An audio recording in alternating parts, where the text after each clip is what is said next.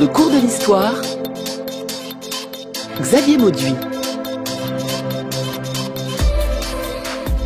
Florence, en Italie, est une ville sublime. C'est un plaisir de s'y perdre. En même temps, on ne s'y perd jamais vraiment à Florence. La Via Nationale, c'est tout droit. Il suffit de la suivre. Le dôme de Florence, le Palazzo Vecchio, et puis la Galerie des Offices, et puis la Galerie de l'Académie. Tant et tant de merveilles. Et partout, il y a Ciboule. Oui, Ciboule partout à Florence. Ce sont les armes des Médicis, le blason quoi. D'or à Ciboule, mise en orle, 5 de gueule, rouge, et celle en chef d'azur chargée de 3 fleurs de lys d'or. Et oui, des fleurs de lys, deux reines de France sont des Médicis. À travers leurs armes, les Médicis sont partout à Florence. Mais la question se pose. Qu'est-ce que signifient ces boules? Qu'est-ce que signifie ce symbole? Qu'est-ce que signifie cette omniprésence dans Florence? Est-ce de l'art ou du pouvoir?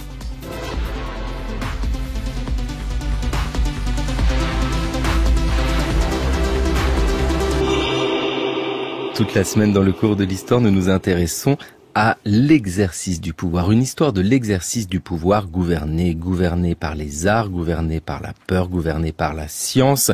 Des émissions à réécouter en ligne sur le site internet du cours de l'histoire, franceculture.fr, ou bien en podcast et la balade de diffusion. Des émissions à commenter sur le groupe Facebook du cours de l'histoire. Et aujourd'hui, nous sommes à Florence. Nous sommes à Florence avec les Médicis, avec vous, Antonella Fenech-Croc. Bonjour. Bonjour. Vous êtes historienne de l'art, chargée de recherche au CNRS, et vous êtes l'autrice de Giorgio Vasari, La fabrique de l'allégorie. Vous êtes également l'autrice de Histoire de Florence par la peinture, de Frises peintes, le décor des villas et palais du Cinquecento. Tous ces ouvrages nous amènent tout de suite à un moment très particulier, celui du 15e siècle, 16e siècle, ce qu'on appelle la Renaissance.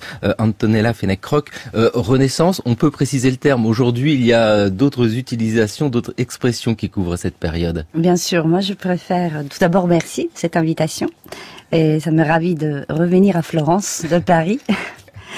Je préfère utiliser à la place de Renaissance, qui est un terme qui, on va dire, est un peu connoté. Et il y a une sorte de mythe d'un changement radical. Moi, je suis plutôt pour les continuités, pour ceux qui restent, se métamorphosent, se transforment dans une sorte de fil rouge qui arrive jusqu'à nous. Et donc, moi, je parle de préférence de première modernité, ce qui me permet d'aller un peu plus bas, un peu plus haut dans la chronologie. Voilà. Oui, c'est intéressant toujours de regarder le avant, le après. C'est nécessaire. Donc c'est cette première modernité qui nous intéresse. Cette première modernité, donc la Renaissance florentine, avec une famille. C'est un peu eux que nous voyons sans cesse à Florence, ce que nous avons appelé le cas Médicis. Et j'évoquais ces armes de Florence que nous voyons quand nous nous promenons dans la ville. Ce sont ces 6 boules. Donc il y en a 5 rouges et puis il y a celle qui est tout en haut, bleue, avec les fleurs de lys. Au début, il n'y avait pas les fleurs de lys. Et non, parce qu'il a fallu attendre les mariages royaux avec les rois de France. C'est omniprésent à Florence, il faut bien le souligner. On peut le dire tout de suite, il y a une véritable politique d'occupation de l'espace par les Médicis. C'est de l'appropriation et de la visibilité, c'est une marque que l'on retrouve partout dans la ville et qui signe justement ce pouvoir sous la ville qui devient une capitale au XVIe siècle d'un règne puissant. Et c'est ça dont on essaiera de parler aujourd'hui aussi. C'est l'un des premiers États d'Ancien Régime, dans le concept d'État d'Ancien Régime, c'est-à-dire un État structuré avec une administration centralisée, et ce qui n'était pas le cas auparavant, parce que comme le disait Machiavel, Florence, à l'époque de la seigneurie, était un État sans territoire, c'est-à-dire c'était pas un État. Et donc, à partir du tout début du XVIe siècle, en fait, on voit un mouvement où l'on voit vraiment le mécanisme de la création d'un État qui est un État administrativement centralisé, unifié d'un point de vue du territoire, selon des critères un peu légendaires, c'est-à-dire retrouver les territoires qui étaient ceux des Étrusques, donc qui correspond à l'actuelle Toscane tant bien que mal. Voilà, et puis avec les Médicis, évidemment, nous avons la focalisation sur quelques personnages, et notamment Laurent le Magnifique. Mais l'histoire des Médicis est une histoire qui s'écrit sur quelques siècles. Et ce mouvement-là est intéressant, vous l'avez évoqué, Antonella Fenech-Roch, c'est qu'il y a la mise en place d'un État. Mais avant la mise en place de cet État, il y a autre chose. D'où viennent les Médicis? Ce sont des banquiers. C'est des banquiers, c'est des hommes de finance qui ont un pouvoir certain. On va dire le premier de la dynastie Giovanni di Bicci, et évidemment au cours du XVe siècle, des personnages extrêmement importants comme l'ancien Laurent le Médicis ont un rôle prédominant dans la ville, et on dit de comme l'ancien qu'il gouvernait, pour utiliser le terme de ces rendez-vous de l'histoire, selon le gouvernement occulte. Il n'avait pas un rôle dans l'institution, ou de manière indirecte, mais il gérait les affaires de la ville aussi d'un point de vue financier et d'un point de vue d'un réseau clientéliste, d'une certaine manière. Voilà, parce que c'est du réseau. C'est du réseau. Pour simplifier, il faut dire que à ce moment-là, nous sommes au XVe siècle, hein, Florence est une république. C'est une république, et donc les deux personnages que vous avez cités, Antonella Fenech-Roch, comme l'ancien et Laurent de Médicis, sont des gens importants, mais dans une république. En réalité, ils arrivent à s'imposer, ils arrivent à imposer leur pouvoir, et notamment en utilisant les arts. Comme l'ancien est un personnage drôlement intéressant, il a utilisé les arts, il a fait œuvre de mécénat énormément. Quelque chose m'a intrigué en travaillant et en préparant cette émission. Est-ce que son goût personnel avait un intérêt? Nous sentons que par rapport à ses contemporains, il développe un vrai goût pour l'art. Il a quelque chose de particulier, ce comme l'ancien, ou alors est-ce juste une stratégie de pouvoir? Évidemment, il y a un goût pour l'art. Il y a aussi, on va dire, l'air du temps. L'air du temps, c'est aussi cette redécouverte de l'antique, parce qu'il n'est pas simplement un grand commanditaire qui commande à des peintres et des artistes, plus globalement, florentins et non, toscans et non, mais aussi il engage cette fabuleuse collection d'antiques, objets, la collection même dans son entier est un objet de prestige et ce qu'on appelle un symbole d'un statut social élitiste. Voilà, donc il développe une collection majeure avec de l'art venu de l'Antiquité. Il recherche aussi des manuscrits, c'est toujours très intéressant. Il recherche aussi des manuscrits, il lance dans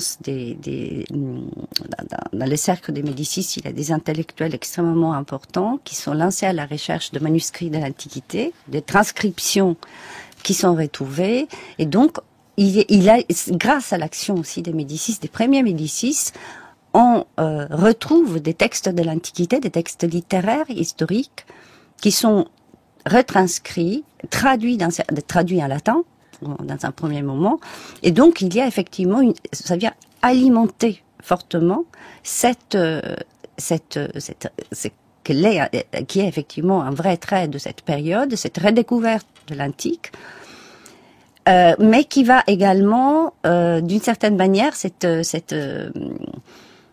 éloge de l'antiquité classique va mettre va jeter un nombre un peu aujourd'hui difficile à gérer, qui est l'ombre sous le Moyen-Âge. Oui, c'est ça, c'est-à-dire que... Comme des années obscures. Le tournant est là, il y a une construction par la recherche de l'Antiquité pour dire oublions la période d'où nous sortons, qui n'a pas encore de nom, nous appelons aujourd'hui le Moyen-Âge, et puis... En parallèle de cette recherche d'objets venus de l'Antiquité, de statues, notamment de manuscrits, il y a des commandes aux artistes. Ouais. Et ça, c'est aussi une démarche intéressante. Pourquoi, comme l'ancien, nous sommes au XIVe siècle, dans la République florentine, Florence est une république, pourquoi, comme l'ancien, qui veut s'imposer au pouvoir, commande aux artistes? Quel est son objectif? Alors, évidemment, son objectif, c'est aussi une question de prestige. De prestige social, culturel, économique. Et ces commandes, on peut parler de cette chapelle merveilleuse au Palais Médicis, de la Via Larga, c'est-à-dire ce palais qui se trouve donc un peu à l'écart du palazzo du palais de la Seigneurie, mais qui est on va dire, dans ce fief médicien que le quartier de San Lorenzo, Saint-Laurent. Il y a cette chapelle magnifique où on consacre donc les peintures de Benozzo Gozzoli donc au voyage des mages, en sachant que il fait partie comme l'ancien de la confrérie des rois mages, donc qui est une confrérie religieuse bien évidemment, mais qui est aussi un endroit où on se retrouve et que des membres prestigieux de la ville se retrouvent, et il déploie donc ces fresques magnifiques et chatoyantes dans lesquelles, au-delà du récit néo-testamentaire, évidemment, il insère tous les portraits de sa famille, mais aussi de ses fidèles. Voilà. Donc, c'est une véritable... c'est un affichage et une déclaration de puissance. Et qui est très efficace. Pour illustrer votre propos, Antonella Fenech-Croc, je vous propose d'écouter un extrait de la série Les Médicis, maîtres de Florence. Donc c'est une série d'aujourd'hui, là, de maintenant, extrêmement contemporaine, et qui pourtant évoque ce que vous venez d'évoquer. Quand on demande de la famille des Médicis se balade et regarde dans les palais les tableaux, ils sont étonnés, car en vérité, en regardant les rois mages, c'est un portrait de famille. Lorenzo ? Oui, grand-mère. Viens, j'ai une chose à te montrer. Ces tableaux sont magnifiques. Sur ces panneaux, on y voit les rois mages se rendant à Bethléem après la naissance de Jésus. Les reconnais-tu, ces mages ? Oh, mais c'est mon père. Et derrière, il y a grand-père. Chevauchant la mule de ton arrière-grand-père. Mais ils ne sont pas allés à Bethléem. Je ne comprends pas. Le peintre a voulu montrer que notre famille est au service de Dieu, comme les rois mages l'ont été. Et maintenant, regarde qui est à leur tête. On dirait que c'est moi. Un jour, c'est toi qui nous guideras. Comme ton père guide notre famille et comme son propre père l'a fait avant lui. Un extrait de la série Les Médicis où nous entendons donc que dans cette scène de rois mages que nous imaginons très très bien, les portraits des rois et puis des gens qui entourent l'enfant Jésus sont en fait soit des membres, soit des proches de la famille Médicis. Et dans l'extrait, il est dit « le peintre a voulu montrer ». Alors est-ce vraiment le peintre qui veut montrer cela ? Est-ce qu'il n'y a pas plutôt une commande venue de ceux qui accèdent au pouvoir à Florence, c'est-à-dire les Médicis ? Absolument, il faut toujours penser que, au moins à cette hauteur chronologique, on travaille. Il y a une triade, trois figures qui jouent dans la question de la commande. Il y a le commanditaire, souvent un conseiller, c'est ce qu'on appelle en histoire de l'art un conseiller iconographique, qui élabore un programme iconographique. C'est souvent un homme de lettres, un polygraphe, un historien. Et évidemment l'artiste, ou les artistes. Parce que souvent c'est des équipes d'artistes menées par un artiste principal. C'est des ateliers, les botteghe. Donc on peut imaginer, on a des documents postérieurs, on pourra peut-être en parler dans le cas pour des œuvres du XVIe siècle. On a des documents, des sources qui nous indiquent ces échanges, les accords et les désaccords, ce que le commanditaire veut, comment orienter cela et le transformer, l'exprimer dans un document qui est un document visuel. Et donc, c'est pas le peintre qui a voulu, évidemment, portraiturer toute la famille Médicis et tous les réseaux des relations politiques, financières, médicènes dans ces portraits, mais c'est plutôt une volonté, évidemment, médicène et de com en particulier. Et puis dans ce contexte qui nous intéresse d'une république florentine, il est difficile pour les Médicis de se dire je vais rester au pouvoir et faire presque une dynastie de pouvoir à l'intérieur d'une république. C'est une question qui est toujours intéressante de se dire comment reste-t-on au pouvoir, comment gouverner. Le choix des arts est essentiel, nous le voyons bien chez les Médicis. Dans l'histoire des Médicis, il y a, il faut le souligner un tout petit peu, une rupture dans le premier tiers du XVIe siècle, c'est-à-dire que les Médicis, en fait, réussissent par des alliances qu'il n'est pas nécessaire de développer, mais notamment avec Charles Quint, à s'inscrire dans la ville. Cette période est très importante. Ça change complètement le rapport des Médicis avec le pouvoir. Maintenant, ils sont ducs. Absolument. Donc c'est un processus, vous l'avez dit, un peu complexe d'un point de vue historique, ça serait trop compliqué d'expliquer, mais suite à la mort de Laurent le Magnifique, donc en 1492, il y a une série de bouleversements internes. Il y a l'instauration de cette république oligarchique guidée par Soderini et un affrontement avec les Médicis. Un affrontement avec les Médicis qui, on va dire, commence à avoir des ambitions politiques et institutionnelles. Et c'est au début du XVIe siècle qu'ils sont à 2 reprises exilés. Et à un certain moment, suite, on va dire, pour faire simple, suite au sac de Rome, parce que pendant cette période, je fais une parenthèse, pendant cette première moitié du début du XVIe siècle, les Médicis arrivent au pouvoir, et un pouvoir on ne peut plus élevé, ils deviennent papes. Il y a 2 papes Médicis, Léon X et Clément VII.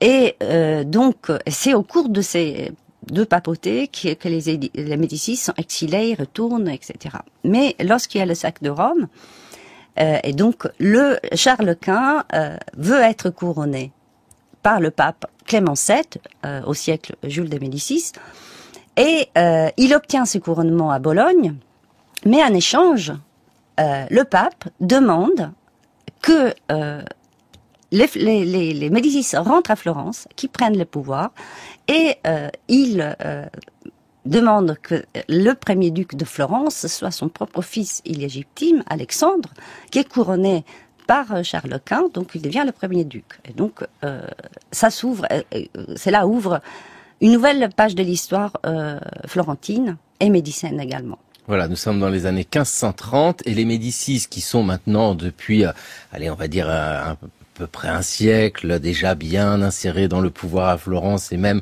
au sommet du pouvoir, maintenant deviennent ducs de Florence après avoir subi plein de tracas. Ils ont quand même été exilés 2 fois, vous nous l'avez dit, Antonella Fenech-Roch. Mais dans la politique artistique, c'est pour ça que voilà, le contexte nous l'évoquons, mais ce qui nous intéresse c'est la politique artistique, nous voyons quand même des choses continuer. Et ce qui est remarquable notamment, c'est une politique artistique qui est destinée à magnifier celui qui est au pouvoir, le prince bien sûr, mais toujours en lien avec le peuple. La politique des Médicis est en lien avec le peuple, je pense notamment aux bibliothèques ouvertes au public, je pense notamment au palais ouvert au public. Il y a ce dialogue à travers l'art qui se construit entre les Médicis et le peuple. Absolument, d'une certaine manière. Et je pense, cela me fait penser par exemple, et là on revient dans le temps à Laurent, les collections, à Laurent et à Michel-Ange par exemple, les collections qui étaient d'antiques, qui étaient exposées souvent dans les jardins, étaient entre guillemets à disposition des artistes qui venaient les étudier, les dessiner, les reproduire. Et c'est selon les récits qu'en fait Vasari, donc qui est l'auteur des biographies d'un ouvrage fondamental, des vies des artistes, entre Giotto et Michel-Ange dans la première édition et dans la deuxième entre Giotto et son propre temps, donc le milieu les années 60 du XVIIe siècle. Donc il raconte que justement le jeune Michel-Ange il est âgé de plus ou moins 14 ans, il suit d'autres artistes qui viennent étudier dans les jardins médicéens, donc les collections des Médicis, et il sculpte sa première œuvre, qui est un faune, la tête d'un faune à l'antique, donc il la sculpte à l'antique, ce qui surprend énormément Laurent le Magnifique, et on nous dit que Laurent, pris de sympathie et d'admiration pour cet adolescent, demande au père de Michel-Ange de pouvoir l'intégrer dans sa propre famille comme son propre fils. Et donc il rentre et il dit qu'il partage la table avec Michel-Ange adolescent. Là aussi c'est probablement un récit qui devient qui est un peu trafiqué d'une certaine manière, mais qui sert une cause. Parce qu'au moment où ces récits écrits, Michel-Ange est une figure indépassable et c'est un Florentin et c'est la preuve que les arts florentins, sont l'apogée et des productions artistiques italiennes, péninsulaires, il n'y a pas d'italien encore, on va dire politiquement, péninsulaires mais aussi européennes. Et d'ailleurs, c'est vrai que nous associons sans cesse Michel-Ange à Florence, mais pas qu'à Florence. Et la relation de Michel-Ange à Florence est extrêmement intéressante parce qu'elle est complexe. Elle est complexe du point de vue politique déjà. Nous l'avons évoqué, hein, les Médicis, j'allais dire s'incrustent au pouvoir, mais c'est une république et c'est vrai qu'il y a des tensions familiales. Ils sont plusieurs fois chassés et puis ils arrivent à s'imposer, notamment avec des soutiens extérieurs, et ils deviennent ducs. Antonella Fenech-Roch, Michel-Ange dans cette histoire est un artiste bien sûr, mais il n'est pas seulement artiste, c'est-à-dire qu'il a des engagements politiques qui perturbent sa relation avec les Médicis. Oui, Michel-Ange en effet, il travaille beaucoup pour la seigneurie, pour Soderini en particulier, donc au début du siècle, le grand œuvre, les David de Michel-Ange, qui est commandé, qui est installé, on va pas parler de la commande, mais qui est installé donc devant le palais de la Seigneurie. Ensuite, cette commande pour la salle du Grand Conseil, qui est donnée presque en même temps, 1503, 1504, 1503 à Léonard et 1504 à Michel-Ange, de peindre dans chacune des parois, donc 2 batailles fondatrices. Fondatrice pour le pouvoir républicain florentin. Mais au bout d'un moment, Michel-Ange part à Rome. Donc il part à Rome et il ne revient que dans les années 30 à Florence pour quitter définitivement Florence en 1536. C'est-à-dire Michel-Ange a des sympathies républicaines. Et pour différentes raisons, il affronte jamais frontalement les Médicis, mais il se tient loin de sa propre patrie pendant très longtemps, même si et donc il s'installe à Rome, comme on le sait. Il travaille pour les papes en particulier, entre autres, mais Florence reste en ligne de mire, mais il ne revient pas. Il ne revient pas malgré les très nombreuses lettres et invitations que notamment le 2e duc de Florence, qui est un personnage extrêmement important, qui est comme premier des Médicis, l'invite à plusieurs reprises. Michel-Ange est déjà, on peut dire, une figure légendaire de son vivant, et même très tôt. Figure légendaire de son vivant, ce Florentin qui est parti à Rome, qui par la chapelle Sixtine, qui peint tant de chefs-d'œuvre et qui en sculpte également. Antonella Fenech-Roch, vous nous dites qu'il ne voulait plus revenir à Florence, là où le duc comme Ier l'appelait. Il y revient malgré tout à Florence. Alors ça, c'est une histoire qui est assez passionnante. Parce que le problème, c'était qu'il ne voulait pas revenir, mais que très tard, Michel-Ange vit très longtemps. Lors de sa mort, donc en 1564, il meurt à Rome. Il meurt à Rome, c'est qui était d'une certaine manière, on suivait sa santé par des échanges épistolaires, et on avait une sorte de go-between, qui était son neveu Leonardo Buonarroti, qui donnait des informations sur la santé de Michel-Ange à Florence et qui se rendait à Rome pour suivre les affaires. Et il meurt. Et effectivement, on fait un récit très étonnant, parfois un peu drôle, de comment on fait la translation, j'utilise un terme religieux presque, parce que il est devenu presque un saint, de Rome à Florence. Et si vous voulez, je peux vous lire un passage. Allez-y. Alors, en italien ou en français? Allez-y en italien, ce serait joli, et puis vous nous traduirez après. Fu con onoratissime sequie col concorso di tutta l'arte e di tutti gli amici suoi e della nazione fiorentina, dato sepoltura a Michelagnolo, in Santo Apostolo in un deposito nel cospetto di tutta Roma, avendo disegnato Sua Santità di farne far particolar memoria e sepoltura in San Pietro di Roma. Arrivò Leonardo, suo nipote, che era finito ogni cosa, quantunque andasse in poste. Ed avuto un avviso il duca Cosimo, il quale aveva disegnato che, poiché non l'aveva potuto aver vivo ed onorarlo, di farlo venire a Firenze e non restare con ogni sorta di pompa a onorarlo dopo la morte. Fu ad uso di mercanzia mandato in una balla segretamente, il quale modo si tenne a ciò in Roma non s'avesse a far rumore, e forse essere impedito il corpo di Michelagnolo e non lasciato condurlo à Firenze. Alors, ce qui se passe... Alors, ce qui se passe déjà, c'est que Antonella Fenech-Roch, habituellement, à ce moment de l'émission, avec Milena Elie qui réalise le cours de l'histoire, aujourd'hui à la technique, c'est Michael Simon, nous décidons de passer un moment musical. Sauf que là, cette lecture en italien et cette langue sublime vaut tous les moments musicaux. Quel est ce texte? Il vient d'où? C'est quoi? Il vient d'où? C'est Vasari, dans la biographie de l'artiste de 1568. Qui raconte comment la dépouille de Michel-Ange devient un enjeu politique. Donc le pape compte le fait. Donc on a une cérémonie des obsèques rapides dans l'église Saint-Apostole à Rome, et ensuite le pape pense faire un monument funéraire à Saint-Pierre de Rome. Mais Léonard Bonarotti arrive. Il est envoyé plutôt comme premier, et il trafugue le corps. Et la chose qui est intéressante, il dit, il est transporté comme de la marchandise. Il est emballé, on dit, dans un tapis, et transporté par charrette jusqu'à un secret. Il insiste sur les secrets parce qu'on voulait peut-être empêcher que le corps de Michel-Ange quitte Rome pour le faire arriver à Florence.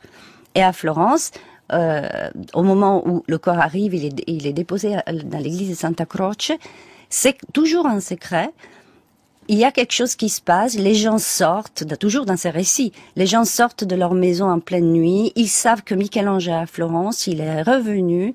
Et quand on ouvre donc cet emballage et la cercueil dans lequel on l'avait placé, après tant de jours, le corps de Michel-Ange n'est pas en train de subir la décomposition. Donc ça, c'est un odeur de sainteté, c'est-à-dire c'est typique des récits hagiographiques.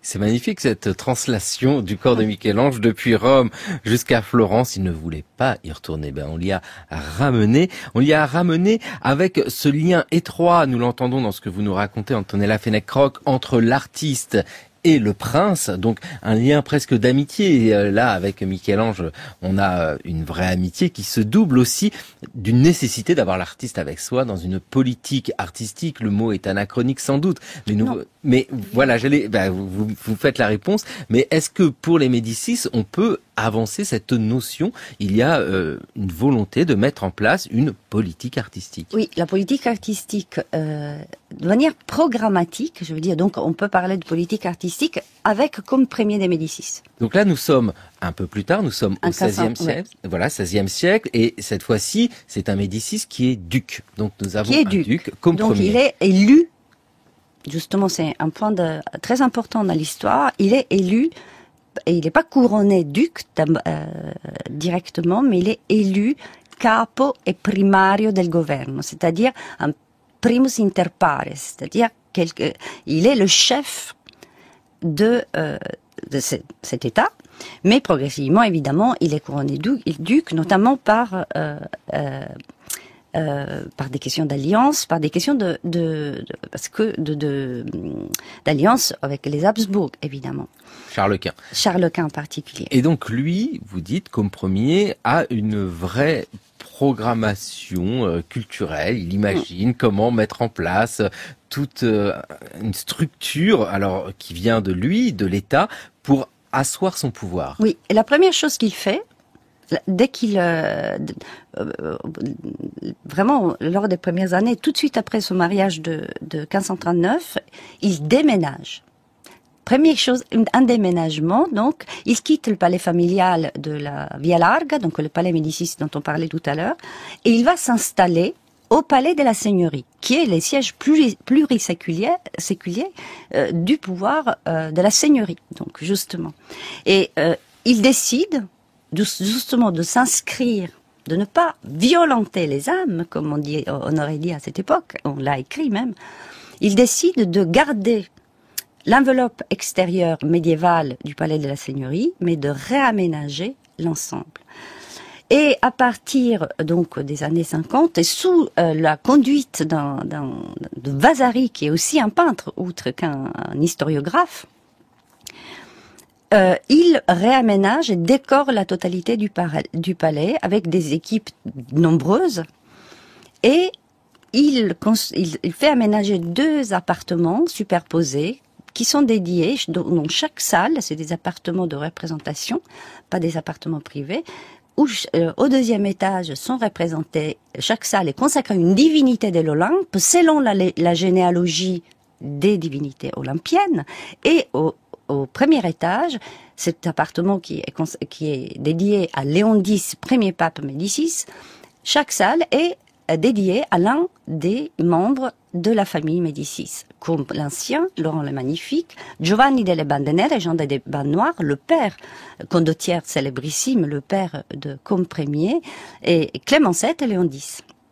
Donc, avec une correspondance entre une divinité et à Médicis.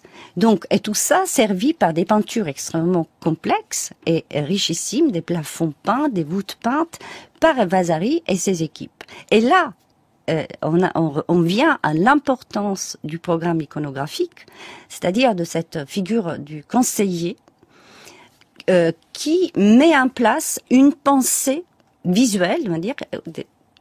Moi, j'ai du mal à utiliser l'essence de message, mais le sens de ces décors. Quel doit être le sens de ces décors? Le sens de ces décors et de cette correspondance entre divinité olympienne et Médicis, c'est d'une certaine manière la légitimation du pouvoir de Côme Ier, qui est acquis suite à une suite de circonstances, parce que lui, il fait partie de la branche cadette des Médicis. Et la légitimation de son élection, donc on insiste beaucoup sur l'élection, la divinisation des Médicis, leur prédestination également, et leur vertu, leur qualité donc de prince, comme on peut en voir dans les Specula Principis, donc dans les miroirs des princes, dans cette littérature très importante. Et donc on met en place un véritable écrin dans lequel on comprend qu'est-ce que ce nouvel État qui est un passe, on va dire, on met en branle la construction de cet État. Et ce qui est passionnant à étudier avec les Médicis, c'est qu'au XVe siècle, sous la République de Florence, Côme l'Ancien met en place une relation privilégiée avec les artistes. Il utilise les arts pour asseoir son pouvoir. Et 15 siècles plus tard, au XVIe siècle, avec le duc Côme Ier, cette fois-ci, il y a vraiment une réflexion. Je ne sais pas si Côme Ier était aussi proche personnellement des artistes ou si il avait juste une volonté politique. Ce qui nous intéresse beaucoup aussi, c'est de bien montrer que l'art que nous évoquons n'est pas simplement de l'art iconographique. Il y a aussi les poètes, il y a aussi les musiciens. Antonella Fenech-Roch, vous nous avez demandé de passer une musique aujourd'hui parce que vous avez envie de la commenter. Nous l'écoutons. Yes.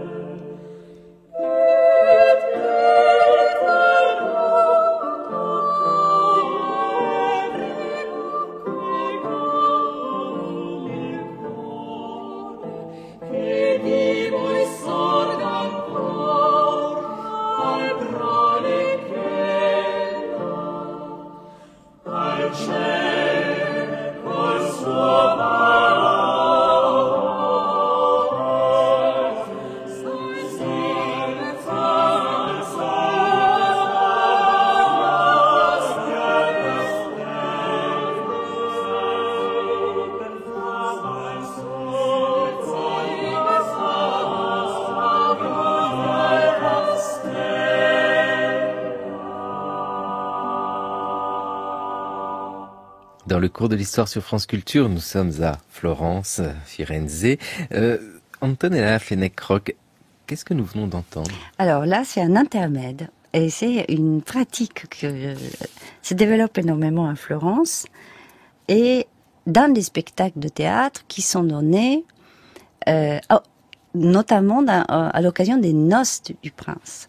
Donc les noces de 1539 de Compiègne avec Éléonore de Tolède, ensuite de François Ier, donc son fils, avec Jean d'Autriche, et en 89, c'est 3 moments importants, mais il y a d'autres à citer, donc en 89 avec Ferdinand de Médicis et donc Christine de Lorraine. À cette occasion, les festivités sont immenses. Festivités qui sont évidemment des banquets, mais aussi les entrées triomphales, les joyeuses entrées de l'épouse donc à Florence, qui impliquent aussi des cortèges avec des chars, des personnifications, des divinités. Tout cela est mis en place et toujours par les mêmes personnages, ces conseillers iconographiques, ces éminences grises qui construisent le sens de ces festivités, mais les mêmes artistes qui peignent des fresques, qui sculptent, et dont on a les noms, Vasari, Bonzino, Allori et bien d'autres. Tous ces artistes participent activement à la réalisation de ces machineries, de ces décors, de ces chars de triomphe, et également les musiciens qui créent donc les musiciens et les hommes de lettres qui créent à l'occasion de ces mariages qui durent donc dont les festivités durent des mois. Oui, c'est un mariage qui dure plusieurs mois. Plusieurs mois. Faut imaginer en plus dans ce que peut être Florence dans 15e et plutôt 16e siècle, ce que ça peut représenter comme mariage. Ce n'est pas une ville gigantesque. Aujourd'hui encore, nous traversons Florence à pied en quelques heures. Donc on devait vivre dans ce mariage sans cesse, même si on n'était pas invité. On voyait toujours ces festivités. Exactement. Et on va dire le peuple, comme on peut l'appeler, les gens, les citoyens florentins pouvaient absolument assister à une partie de ces festivités, mais également faisaient venir énormément de monde. Pour le mariage de 89, on a 1490 invités environ, dont une partie est remboursée de voyage et qui reste plusieurs jours. Donc c'est véritablement des événements extrêmement importants. C'est des événements qui sont pas considérés comme des réjouissances locales, mais c'est une marque qui est une marque de pouvoir qui est diffusée dans l'Europe entière. Parce que à chaque mariage, à chaque manifestation, à chaque pièce de théâtre qui est créée, des comédies qui sont créées ou à chaque intermède qui est créé, correspond, on va dire, une diffusion. En même temps que le mariage a lieu et que les festivités ont lieu, sont publiées les célèbres descrizioni, des descriptions qui sont publiées au moment même où l'événement a lieu et sont diffusées dans l'Europe entière, pour montrer cette magnificence absolue et donc qui frappe évidemment et qui frappe les esprits ailleurs qu'à Florence et qui évidemment place les Médicis à côté des grandes maisons régnantes européennes. Et par ailleurs, ces occasions-là, donc ces festivités, mais on pourrait en rajouter d'autres, des baptêmes, des visites d'ambassadeurs, des visites de princes, il y a aussi on va dire, des expérimentations extrêmement intéressantes qui sont menées par des architectes, par les artistes peintres, par les sculpteurs sur, par exemple, le théâtre. Ce qui est les théâtres, même la forme architecturale du théâtre moderne, de nos théâtres, a été élaborée au cours de ces années à la Cour Médicis, comme ailleurs en Italie. Et c'est donc un premier théâtre était démontable, était construit dans la salle du Grand Conseil et ensuite dans les offices, dans les musées. Donc c'est lui qui est devenu aujourd'hui les offices comme grande institution muséale. Il y avait un théâtre qui a servi jusqu'au XVIIe siècle, à l'intérieur duquel on donnait la comédie, mais il y avait ces intermèdes musicaux qui permettaient le changement de la scénographie, du fond de scène, et des changements rapides, donc l'invention de systèmes des technologies du propre au théâtre, qui sont élaborés au cours de ce moment de l'histoire. Ce qui nous intéresse dans le cours de l'histoire aujourd'hui, c'est gouverner par les arts. Et en vous écoutant, Antonella Fenech-Roch nous parler des Médicis. Oui, bien sûr, c'est de l'art, mais c'est aussi de l'économie, c'est aussi de l'histoire sociale, parce que il y a ces relations de réseau, ces relations humaines. Et puis, il y a de l'histoire des idées. Quand nous parlons de Florence, des Médicis, et puis de toute cette réflexion sur l'art du pouvoir, évidemment, un nom surgit, c'est celui de Machiavel. Je vous propose une lecture d'un extrait des histoires florentines de Machiavel. Donc là, nous sommes dans les années 1525, enfin dans ces années 1520, c'est-à-dire juste avant que les Médicis deviennent ducs. Eh bien, Machiavel réfléchit à l'utilisation du pouvoir par Laurent de Médicis.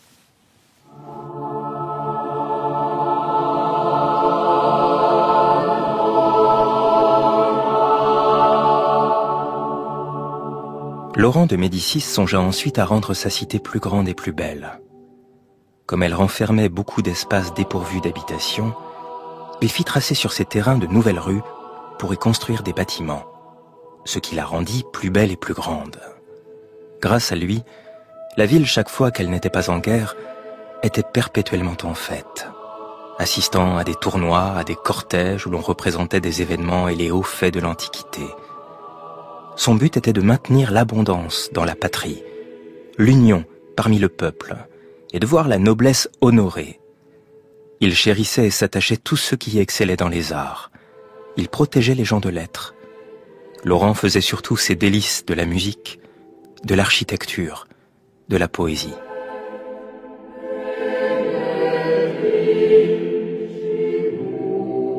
Olivier Martineau qui nous lisait un extrait des histoires florentines de Machiavel au début du XVIe siècle. Machiavel, évidemment, réflexion sur le pouvoir et nous pensons au prince.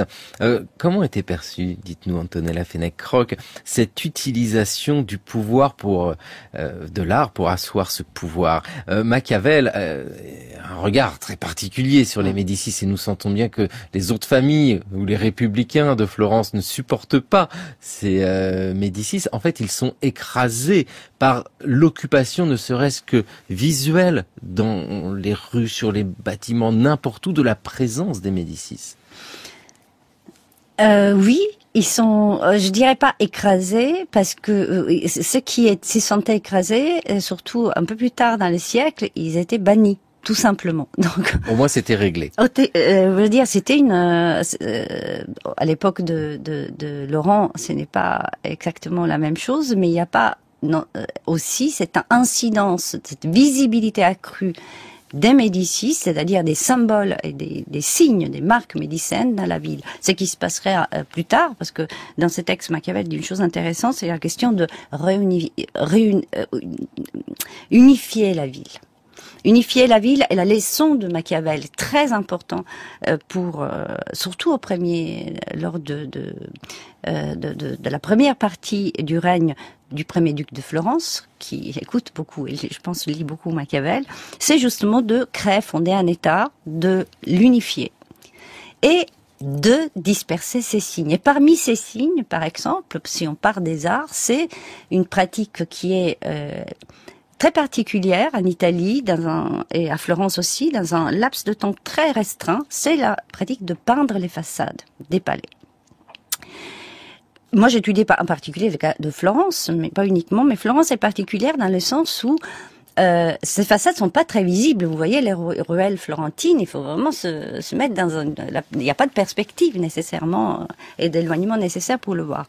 Cependant, ces façades, sont peintes à des moments particuliers du XVIe siècle, parce qu'au XVIIe ça se termine, cette mode, je dirais, pour marquer le territoire urbain de quelque chose. Et en étudiant les différents cas, on se rend compte qu'il s'agit de membres de la cour, qui, ne pouvant pas vivre à cour, parce que le palais de la seigneurie est trop petit, montrent ostensiblement leur alliance et leur allégeance au prince. Par les arts. Par les arts, par des merveilleuses façades peintes ou réalisées avec une technique qui s'appelle graffito. Eh bien, justement, Antonella Fenech-Roch, c'est le sujet de votre ouvrage Frise peinte, le décor des villas et palais au Cinquecento. Et merci beaucoup de nous avoir proposé cette visite de Florence avec les Médicis, où nous voyons comment se tissent, mais de manière extrêmement intime, des relations entre le pouvoir et les arts. Merci beaucoup à vous. Et il est temps, dans le cours de l'histoire, de retrouver Anaïs Kien avec son journal de l'histoire.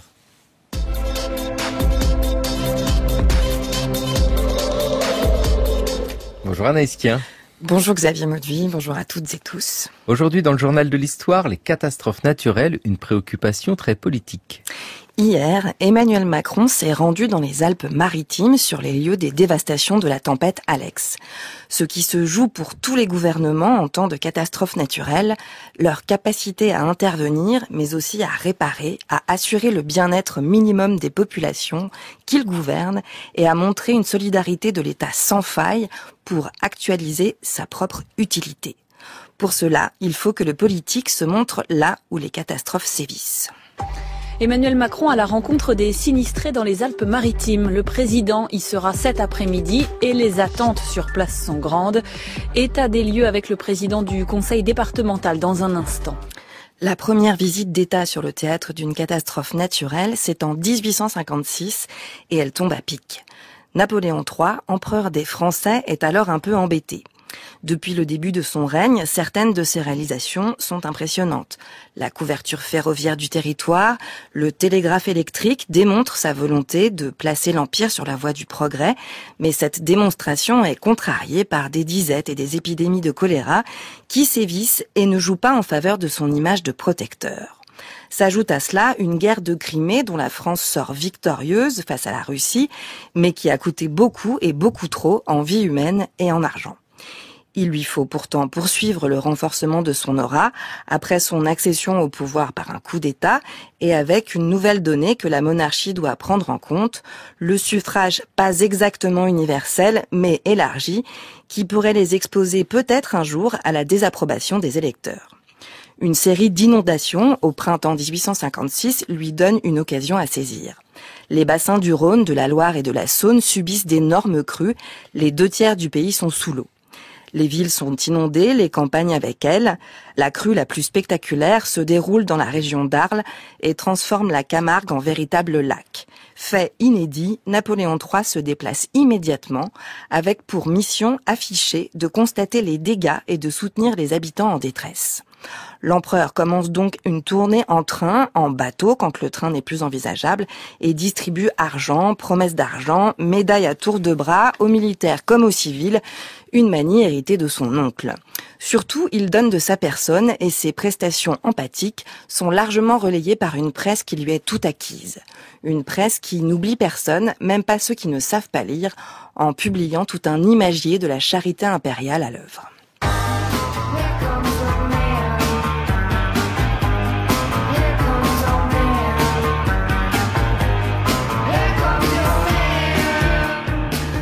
Dans leur dernier ouvrage, Jean-Baptiste Fressoz et Fabien Locher enquêtent sur ces catastrophes naturelles, ces révoltes du ciel, et nous laissent entrevoir comment les transformations du climat sont au cœur de débats fondamentaux sur la colonisation, la foi, l'État, la nature et les régimes politiques depuis le XVe siècle.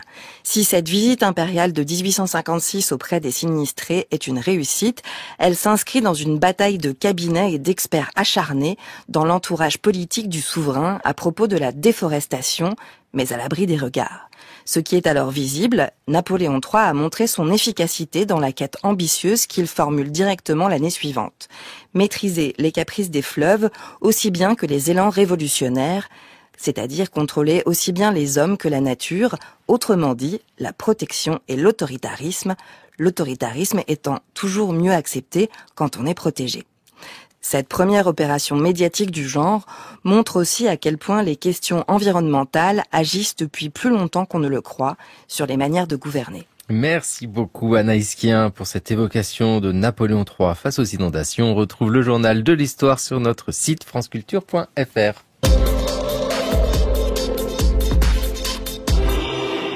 C'était le cours de l'histoire sur France Culture, une émission préparée par Marion Dupont, Anne Toscan-Viudès, Odile Jouessel, Valentine Lovrins et Maïwen Guizou. À réécouter en ligne sur le site internet du cours de l'histoire, franceculture.fr, ou bien en podcast pour la balado-diffusion. Et demain, nous sommes en direct de Blois, Châles, Banjo, Hamac, le magasin du monde est ouvert. Oui, en direct des rendez-vous de l'histoire de Blois, nous allons faire un inventaire parce que tous ces objets racontent une histoire à travers leur processus de fabrication, leur usage, leur circulation et l'appropriation qui en est faite. Rendez-vous demain à Blois.